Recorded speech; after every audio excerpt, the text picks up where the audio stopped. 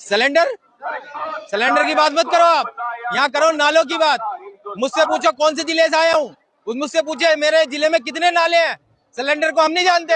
हमारे देश के प्रधानमंत्री ये कहते हैं कि गैस जो नाले से बनती है, तो हम तो नाले की बात सुनने आए हैं, नाले की बात करना है। हमसे नाले पूछिए, हमारे क्षेत्र में नाले कितने हैं, उससे गैस निकलेगी। आप ये बताइए, आप पुलिस को परेशान क्यों कर रहे हैं? आप पुलिस को परेशान नहीं कर रहे हैं, पुलिस हमें परेशान कर रही है, सरकार हमें परेशान कर रही है। हम तो अपनी बात कहने के लिए खड़े हैं। वो नाले ढूंढ रही हैं, वो देश में उत्तर प्रदेश में पूरे देश में नाले ढूंढने का काम कर रही है कि कितने, स्मृति ईरानी के कितने नाले हैं। क्योंकि हमारे विश्व गुरु जो कहलाते हैं वो कह रहे हैं कि नाले से जो गैस निकलती है उससे उन्होंने चाय बनाई थी।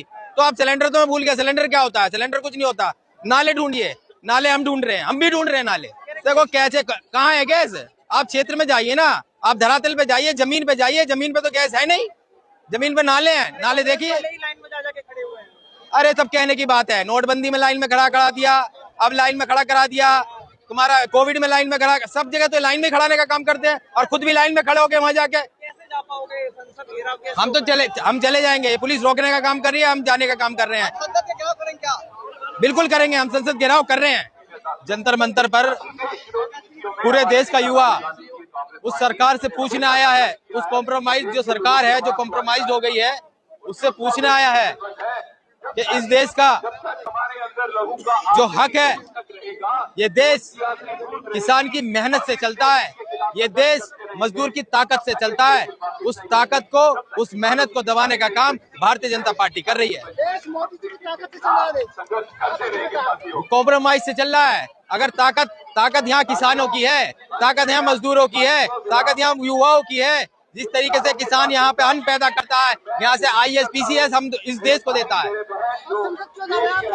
संसद हम अपनी मांग उठाने जा रहे हैं। जो जिस तरीके से US डील जो इन्होंने करी है, अमेरिका का अनाज जो यहाँ बिकेगा, आप ये सोचिए यहाँ का किसान क्या करेगा, यहाँ का जो मध्यम वर्गीय है, जो व्यापारी है, वो क्या करेगा? सस्ता अनाज बेचोगे तो यहाँ का किसान क्या बेचेगा? महंगाई बढ़ जाएगी, यहाँ पे भुखमरी आ जाएगी, लोग अपने सामान कैसे बेचेंगे? अब आप ही खुद ही देखिए, खुद मार्केट में जाएंगे तो आप सस्ता सामान देखेंगे ना। अगर सस्ता सामान बिकेगा तो इस देश का सामान कैसे बिकेगा? देखिए, लोकतंत्र में हर आदमी स्वतंत्र है, हर नागरिक स्वतंत्र है। और